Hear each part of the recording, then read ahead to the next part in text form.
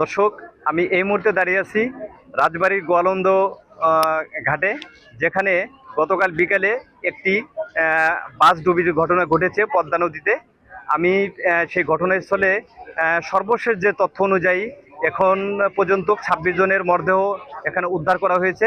তো ইতিমধ্যে কিন্তু প্রশাসনের পক্ষ থেকে এখানে কিন্তু মাইকিং করা হয়েছে, যদি কারো স্বজন নিখোঁজ থাকে তাহলে সংশ্লিষ্ট প্রশাসনের কাছে যদি অভিযোগ জানানো হয়, তারা কিন্তু সেই উদ্ধার কাজ চলমান রেখেছে।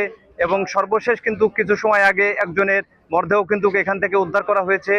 তো আমরা এখানে যে ফায়ার সার্ভিসের রাজবাড়ী ফায়ার সার্ভিসের সহকারী পরিচালক, উপসহকারী পরিচালক সোহেল মাহমুদ, দেওয়ান সোহেল রানা উনি আছেন। ওনার সঙ্গে আমরা যদি একটু কথা বলি, উনি সর্বশেষ আপনি যদি একটু বলতেন যে সর্বশেষ কতজনের মরদেহ উদ্ধার হলো এবং আপনাদের সর্বশেষ পরিকল্পনাটা কি? ধন্যবাদ। এ পর্যন্ত আমরা সর্বশেষ 26 জনকে উদ্ধার করেছি। তার মধ্যে 3 জন মেয়ে মেয়ে শিশু এবং 11 জন মহিলা, এই 14 জন, আর আপনার 4 জন ছেলে শিশু আর 8 জন হলো পুরুষ। এই হলো টোটাল হলো আপনার 26 জন আমরা সর্বশেষ উদ্ধার করতে পেরেছি। নিখোঁজের মধ্যে তেমন কোনো জোরালো কারণ নিখোঁজের আমরা এখনো পাই নাই, অভিযোগ পাই নাই। তবে একজন সকালবেলা বলেছিল যে তারা একজন শিশুকে পাচ্ছে না, এরপর তাকে আর খুঁজে পাওয়া যায় নাই। আর একজন বলেছে রিপন নামে একজন, সে ঢাকায় যাওয়ার কথা যায় নাই, সে আসলে কি সেই বাসে ছিল কিনা সেটা ক্লিয়ার না। তবে জোরালো কোনো অভিযোগ যে নিখোঁজ আছে এমন কোনো অভিযোগ আমরা এখন পর্যন্ত পাই নাই এই পর্যন্ত। জি, ধন্যবাদ আপনাকে।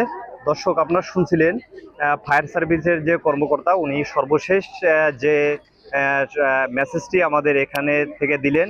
তো সেই অনুযায়ী কিন্তু 26 জনের মরদেহ ইতিমধ্যে উদ্ধার করা হয়েছে। তবে এখন পর্যন্ত ওনারা যে দাবি এবং ওনারা কিন্তু উদ্ধার কাজ চলমান রেখেছে এবং সকাল থেকে কিন্তু 11 জন ডুবুরি এবং ফায়ার সার্ভিসের সদস্যরা কিন্তু এই উদ্ধার কাজে অংশ নিয়েছেন। তারা কিন্তু এখনো কিন্তু উদ্ধার কাজটা চলমান রেখেছেন।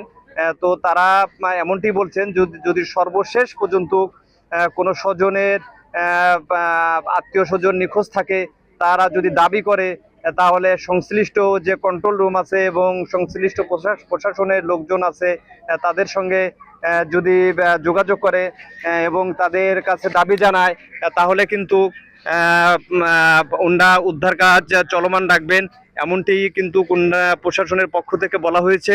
তো যদি দর্শক আমরা একটু দেখাই যে এখনো কিন্তু সেই ডুবুরি দলের সদস্যরা তারা কিন্তু সেই পদ্মা নদীতে সেই কিন্তু উদ্ধার কাজ চলমান রেখেছে, আপনারা দেখে থাকবেন।